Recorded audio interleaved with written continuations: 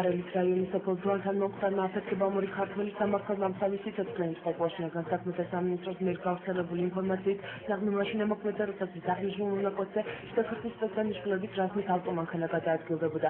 აფეთქების შედეგად ეკიპაჟის ორი წევრი ხაჭაპურიძე და კახნიშვილი შემთხვევით ადგილზე დაიღუპნენ. ხოლო სამი დაჭრილი პოლიციელი გორის სამხედრო ჰოსპიტალშია გადაყვანილი. წინასწარი ინფორმაციით სოფელ ძვანთან ტერიტორია ახალი დანაღმულია. მოსახლეობა და ხელისუფლების წარმომადგენლები აცხადებენ, რომ აქ როგორც სამართალდამცავები, ისე ადგილობრივი ძუხშიერ გადაადგილდებოდნენ, თუმცა აფეთქება აქამდე არ მოხდა და სავარაუდოდ ნაღვი იყო უნდა იყოს დადებული.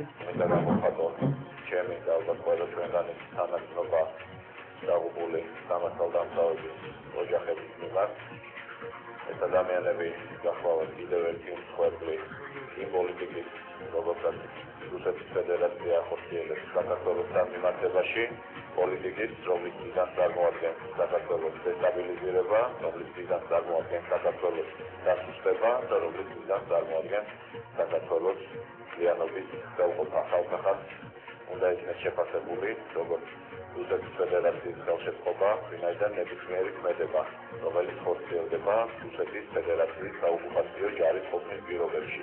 საერთაშორისო კანონმდებლობის შესაბამისად პასუხისმგებლობას აკისრებს რუსეთს. ხერხის რაიონის სოფელ პარეშიდროს ევროკავშირის დამკვირვებლები არ შეუძლეს ევროკავშირის მისიის წარმომადგენლები უკანონო რუსულ ბლოკსა გუშაგორთან მოლაპარაკებებს 1 საათი მართავდნენ, თუმცა უშედეგოდ. დამკვირვებლები აცხადებენ, უფრო უფლება აქვთ ეგრეთ წოდებულ ბუფერულ ზონებში შევიდნენ და ვითარება შეესწავლონ, თუმცა ამის საშუალება არ ეწევათ. სეპარატისტები ამ დროზე ტერებში ოკუპანტების ფულს შეჭრიან. პროვოკაციული მოქმედებები რუსეთიდან მათ გააჩნდათ ამ პროცესს რუსეთის ჯარის მიერ პერიოდის დატოვება, შემდგომში ჯარის დატოვება უნდა მოხდეს ადგილობრივი ტერიტორიის ქართული მხარისთვის, პოლიტიკოსი ბოევიკების დაყენება და შემცირება იმ დაშორების და ქართული და რუსული მხარისთვის ბუნებრივად მეტყველებს, რომ ახალ შემდგომში პროვოკაციების მოწყობა. პარლამენტის თავმჯდომარე პრეზიდენტის სამეფო პარლამენტის თავმჯდომარე შეხვედრის შეხვედრის შემდეგ გამართული ასობრივი ბრიფინგზე დავით ბაქრაძემ განაცხადა, მანძამის პარლამენტის თავმჯდომარე წვრილი ინფორმაცია მიაწოდა აგვისტოს მოვლენების შესწავლის დროებითი კომისიის მუშაობასა და ქვეყანაში მიმდინარე რეფორმებთან დაკავშირებით. ბრძანია მხარდაჭერას გამოხატავს საქართველოს მიერ.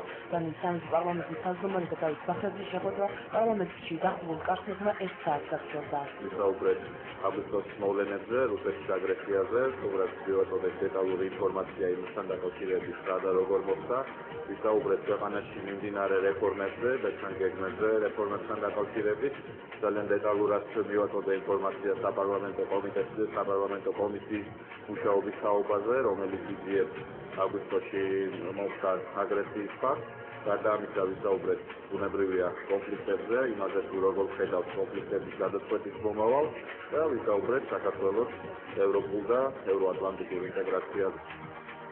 ადამიანის უფლებათა დაცვის საერთაშორისო ორგანიზაცია რუსეთის საქართველოს ხელისუფლების და კონსტიტუციის დე-ფაქტო მთავრობას კონფლიქტის რეგიონებში მცხოვრები ადამიანების დახმარებისკენ და მათი უსაფრთხოების უზრუნველყოფისკენ მოუწოდებს ორგანიზაციის წევრებმა საქართველოში სამდღიანი სემინარი გამართეს და აგვისტოს პერიოდში განვითარებული მოვლენები შეისწავლეს.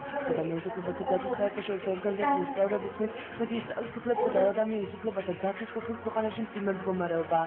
ასევე განსაკუთრებით შეშფოთება კონფლიქტის შედეგად დანერგლებული ადამიანების საყოფაცხოვრებო პირობები იწვევს. ორგანიზაციის წევრები კონფლიქტში მონაწილე მხარეებს დაუყოვნებლად ფსიქოლოგიური, იურიდიული და სამედიცინო დახმარების გაწევისკენ მოუწოდებს. საქართველოში განსაკუთრებით ომის შემდეგ შექმნილია მძიმე მდგომარეობა ადამიანის უფლებების თვალსაზრისით ერთგვარი მხარდაჭერა საქართველოს სამოქალაქო საზოგადოებისადმი.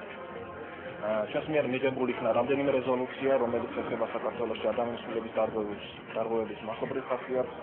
განსაკუთრებით იქნა ესეთი თემები წამოწეული, რომლებიც სწორედ პირველად იქნა სწორედ ახლა ამ საერთაშორისო ორგანიზაციას მიერ წამოწეული. ეს არის პოლიტიკური პარტნიორების საკითხი და დღეს სამწუხაროდ უკვე ყველა აღიარებს, რომ საქართველოში არსებობენ პოლიტიკური პარტნიორები. გადასხმებით გადაეგზავნება ყველა საერთაშორისო ორგანიზაციას უშუალო ფედერაციის ოფისი, რომელიც მდებარეობს ბრიუსელში, იქნება ძალიან აქტიურად ჩართული, რომ ევროკავშირის წევრი ქვეყნები განსაკუთრებით იქნენ დაინტერესებული იმ თემატიკით, რომლებიც მას წამოწევს.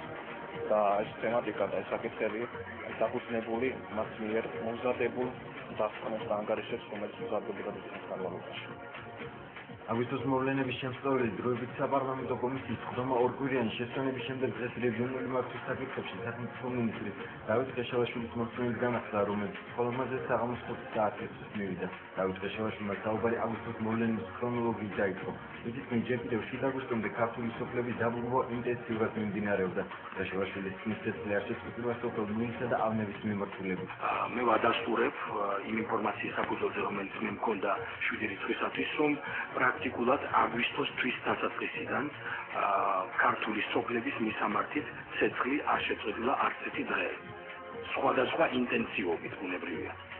განსაკუთრებული ესე ვთქვათ აგრესიის ობიექტები იყო ცნობილი თქვენთვის ალბათ სოფლები ნული და ავნევი, თუმცა სხვა ქართული სოფლების მისამართითაც პერიოდულად იხსნებოდა ცეცხლი.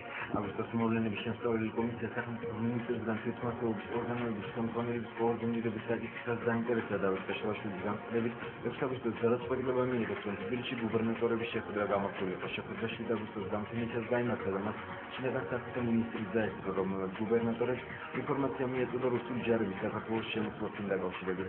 დავით ყეშელაშვილის განცხადებით დამგებლებმა მიიღეს დავალება, რომ ადგილობრივი თვითმმართველობის ორგანოების მუშაობა ჩვეულ რეჟიმში გააგრძელებინათ, რადგან ყეშელაშვილის თქმით, ისინი რუსეთის მხრიდან მსგავს ფართომასშტაბიან აგრესიას არ ელოდნენ. მთავარი დავალება, რაც იმ დღეს გაიცა პირადად ჩემი მხრიდან, ეს გახლდათ ის, რომ ადგილობრივი ხელისუფლების ორგანოებს ჩვეულებრივ ნორმალურ რეჟიმში გააგრძელებინათ ფუნქციონირება. ეს იყო უმთავრესი ამოცანა. არ ყოფილიყო არანაირი შეფერხებები და შემდეგ, იმიტომ რომ იმ მომენტისათვის ჩვენ არ გვქონდა ინფორმაცია, რომ განსაკუთრებული ხასიათის, განსაკუთრებული ტიპის აგრესია არის მოსავლელი საქართველოს წინააღმდეგ, თუმცა კიდევ ერთხელ მე წინასწარ გარკვეული ზომები იქნა მიღებული იმისათვის, რომ თავი დაგვეზღუია ადგილობრივ ხელისუფლებას, გუბერნატორებს და ამ შემდეგ. კომისიის უმრავლესობის წევრი ხათუნა გოგორიშვილი რეგიონული მართვის საკითხებში სახელმწიფო მინისტრისგან რეზერვისტთა საქმიანობაზე გარდაცვლილთა საერთო რაოდენობით დაინტერესდა. დავით ყეშელაშვილის განცხადებით, ადგილობრივი თვითმმართველობის ორგანოებმა მათზე დაკისრებული მოვალეობები შეასრულეს, რომელიც რეზერვისტთა მობილიზებასა და მათ დანიშნულების ადგილამდე მიყვანას ეხებოდა. ყეშელაშვილის მონაცემებით 900-ზე მეტი რეზერვისტის მობილიზება მოხდა, საიდანაც 7 რეზერვისტის სენაკში და 2 ქალაქ გორში დაიღუპა, თუმცა ყეშელაშვილის თქმით, ისინი არასაბრძოლო მოქმედებებში დაიღუპნენ. აკეთებდნენ რეზერვისტები, ჩვენ გენერალურ შტაბის უფროსთან მოვისმინეთ კონკრეტულად სასახლის პრობლემები იყო, მაგრამ მე ასე ვთქვათ, თქვენი გადასახედიდან იმ ნაწილში, რაც თქვენ კომპეტენციას წარმოადგენს და ასევე განსხვავებული ინფორმაცია და თქვენს კითხვას თუ გაქვთ ეს ინფორმაცია, რამდენი რეზერვისტია დაღუპული. მე მოგიყვანეთ ერთი კონკრეტული მაგალითი, როგორ მოქმედებდით გორში დაბომბილ სახლებთან, დაჭრილებთან და გამოკულებთან მიმართებაში. ამას ვაკეთებდით რეზერვისტების მეშვეობით პირველ რიგში. ანუ ეს არ არის რომ ყველაფერი მხოლოდ შავად არის ამ კუთხით, ეს ამ მათ შორის ცალკეულმა ჯგუფებმა ჩვენი მისცემების შესაბამისად ძალიან კონკრეტული ამოცანები და დავალებები შეასრულეს, რაც მათ კომპეტენციაში და მათ ფუნქციებში შედის. მათი ფუნქცია არ გახდათ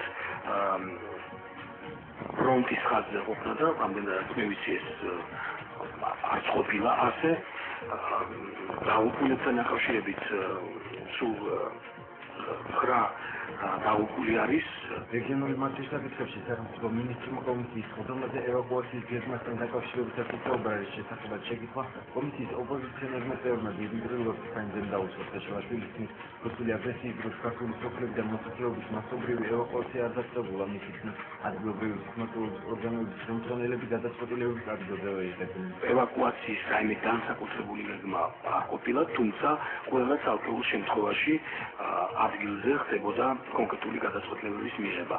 მაგალითად, გეტყვით რომ ქარელის გამგებელს ან გორის გამგებელს ჰქონდა შესაბამისი მითებები, ბუნებრივია ჩვენ ჰქონდა ინფორმაცია, რომელი სოფლებია ამ მომენტისათვის და სავარაუდოდ რომელი სოფლები შეიძლება იყოს ცეცხლის ობიექტი, მაგრამ იმას ვერავინ არ გაწვიდა წინასწარ, რომ რუსები გააკეთებდნენ საბოლოო ჯამში იმას, რაც გააკეთეს, თუმცა პრაქტიკულად ადგილი ჰქონდა მასობრივი ხასიათის ეთნიკურ წმენდას, პრაქტიკულად გამოდევნას ყველა ქართული